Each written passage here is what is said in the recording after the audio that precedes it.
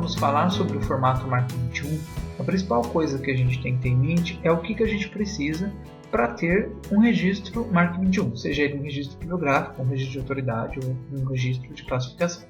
A gente precisa essencialmente de três coisas. Primeiramente, o conteúdo daquele registro, a designação do conteúdo e a estrutura do registro. Primeiramente, o conteúdo, que é aquela informação que vai mais interessar para o bibliotecário, pois é aquela informação que ele vai estar preenchendo durante a atividade de catalogação. Bom, o que compõe o conteúdo de um registro? Os dados resultantes da catalogação descritiva, por exemplo, a descrição bibliográfica que é feita de um documento e os pontos de acesso de responsabilidade de título, os dados resultantes da indexação, por exemplo, os pontos de acesso de assunto, os dados resultantes da classificação, o número de classificação, e outros dados administrativos ou dados locais que são inseridos pela instituição.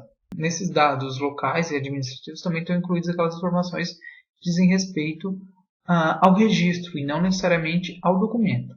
Por exemplo, quando o registro foi criado, qual catalogador fez aquela catalogação, quando ele foi alterado, qual instituição criou aquele registro, em qual idioma foi feito aquele registro. Tá bom? São informações administrativas que também fazem parte do conteúdo do registro MARC. O segundo componente dos registros MARC é a designação do conteúdo. O que é essa designação do conteúdo? Bom, a gente tem dentro do registro o conteúdo do registro. Só o que a gente precisa fazer com esse conteúdo? A gente precisa identificar as partes desse conteúdo. Né? Precisa identificar o que é o título, o que é a data, o que é o local de publicação, o que é o ISBN, o que é o assunto, o que é a classificação, e etc. Então, nós precisamos de uma marcação que nos permita identificar o conteúdo dentro do registro. Aqui eu trouxe um exemplo para vocês. A gente pode olhar um registro e perguntar onde está o publicador desse documento. Para responder essa questão, nós precisamos de algo que separe o local de publicação do nome do publicador. E diga, isto é o local de publicação e aquilo é o nome do publicador. Em outras palavras, o que a gente precisa do registro? A gente precisa ter um registro separadores. Ter alguma coisa que separe uma informação da outra e deixe claro qual é uma informação e qual é a outra. No exemplo aqui, qual que é o nome do publicador e qual é o local de publicação, ou qual é a data de publicação, qual é o número de páginas, qualquer outro dado que está presente no registro. Essa designação do conteúdo ela pode ser de três tipos nos registros MARC.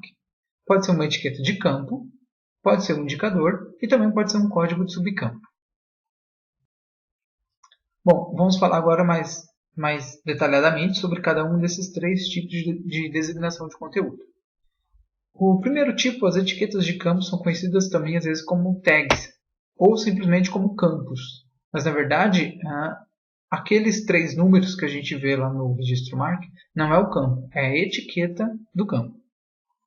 Bom, o que é um campo então se aquilo não é um campo? O campo é aquele bloco de dados que está fazendo parte do registro. O registro MARC é composto por um conteúdo e esse conteúdo está separado em blocos.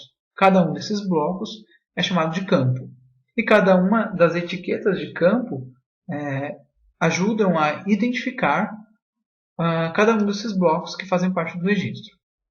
E essas etiquetas de campo são compostas por 3 caracteres. Na maior parte das vezes, e isso em todos os 5 formatos MARC21, essas etiquetas são compostas por 3 caracteres numéricos. Então, como exemplo, a gente tem aqui o campo 001, número de controle. A etiqueta do campo é 001 e o campo é o número de controle. O campo ISBN, que tem a etiqueta 020, o campo indicação do título com a etiqueta 245 e o campo descrição física com a etiqueta 300.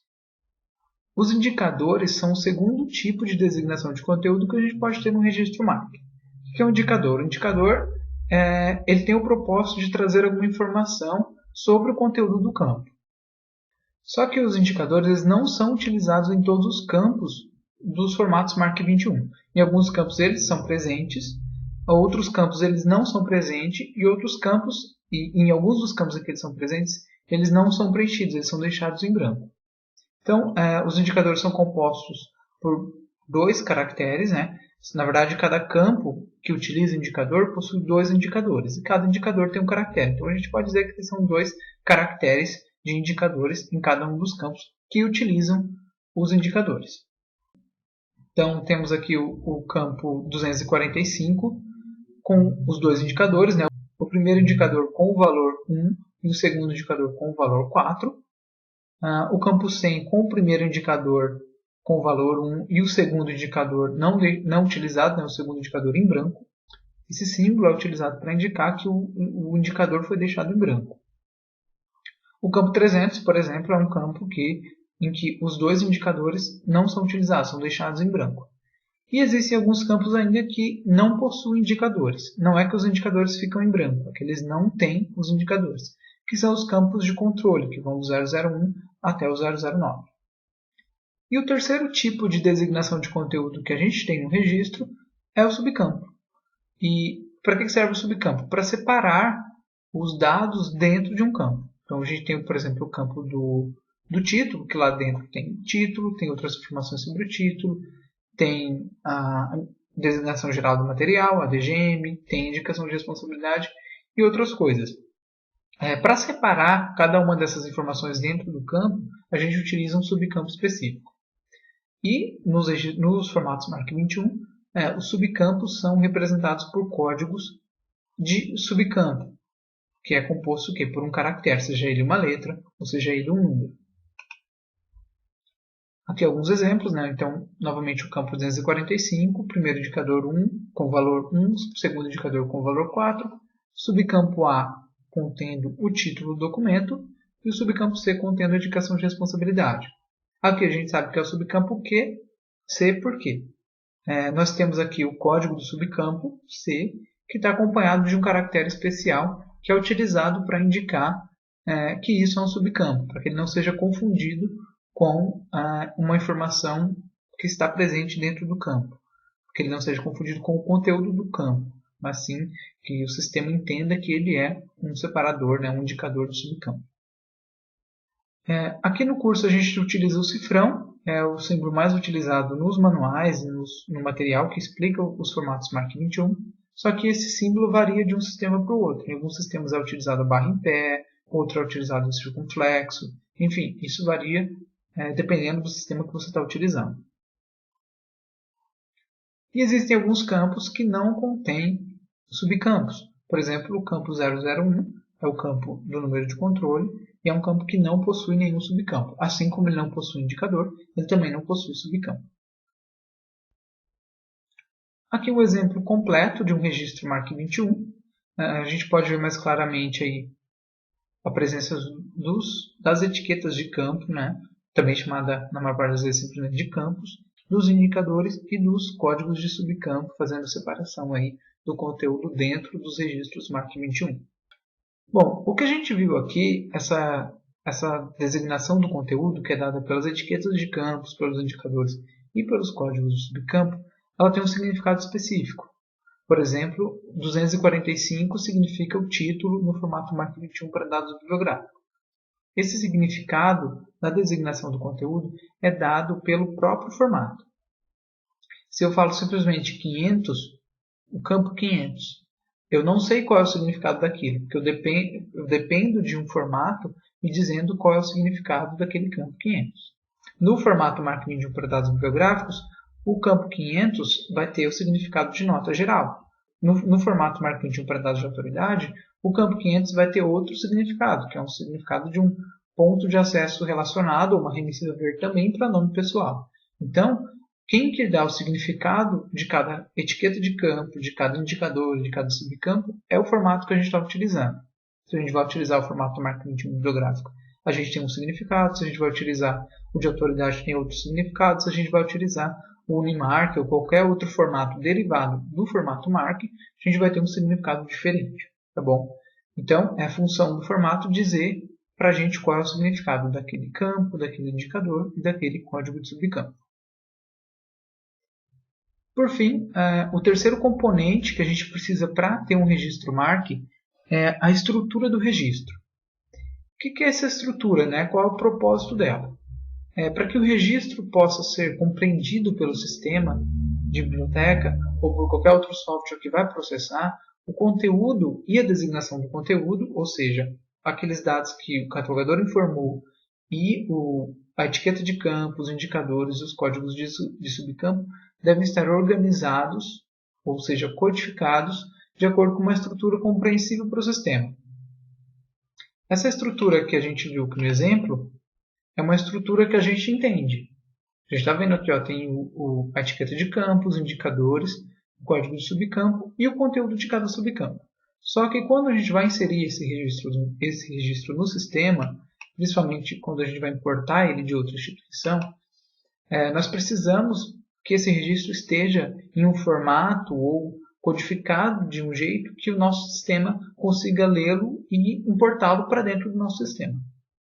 E o que a gente usa para fazer isso? Existem várias formas de fazermos isso, isso depende de um sistema para o outro. O seu sistema pode usar a forma X ou a forma Y, ou outro sistema só usa a forma X ou outro só usa a forma Y.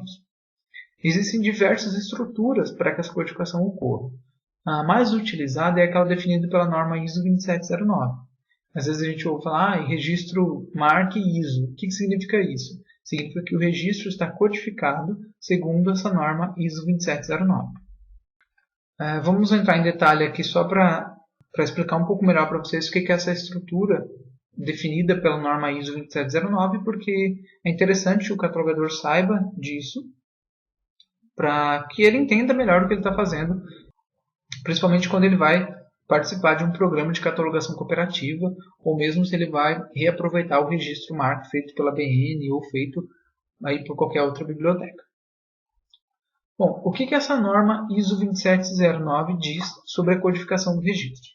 Ela diz o seguinte: para que o registro esteja codificado de acordo com ela, é necessário que ele contenha 3 partes: o líder, o diretório e os campos variáveis. Lembrando que essa codificação que a norma ISO faz com o registro não é para o humano ler, apenas para o software conseguir ler e entender aquele registro. Aqui um exemplo desses 3 componentes que a norma define como sendo necessário para a codificação de um registro MARC. A gente tem inicialmente o líder, que é composto pelos 24 primeiros caracteres do registro. E os 24 primeiros caracteres do registro trazem informações técnicas sobre o registro e sobre aquele documento que está sendo descrito. Eles indicam, por exemplo, qual é o tamanho do registro e se aquele material é um material textual ou se é um material audiovisual, se é uma publicação monográfica ou se é uma publicação seriada, e entre outras informações aí mais técnicas acerca do registro. Em seguida temos o diretório. O diretório ele permite que o sistema identifique dentro dos campos variáveis onde inicia e onde termina cada um dos campos e subcampos do registro. E o terceiro componente é justamente os campos variáveis, que é onde estão incluídas aquelas informações que foram inseridas durante a catalogação. A descrição, os pontos de acesso de assunto e outras informações aí técnicas acerca do registro. Lembrando novamente que essa forma de codificação, dada pela norma ISO 27009, é feita para que o software entenda o registro, e não para que nós, humanos, entendamos esse registro. Okay? Então você não precisa compreender o que está sendo dito aqui no diretório, o que está sendo dito no líder. Quem tem que entender e processar essa informação é o software que você utiliza. Para concluir nossa conferência, eu gostaria de destacar os 3 componentes que são necessários para termos um registro MARC: o conteúdo do registro, a designação do conteúdo e a estrutura do registro. Lembrando que o conteúdo são aqueles dados que são inseridos pelo catalogador, que dizem respeito ao documento e também ao próprio registro, como as informações técnicas acerca do registro. A designação do conteúdo, que são as etiquetas de campo, os indicadores e os códigos de subcampo, que ajudam a identificar, a separar, a definir o conteúdo do registro.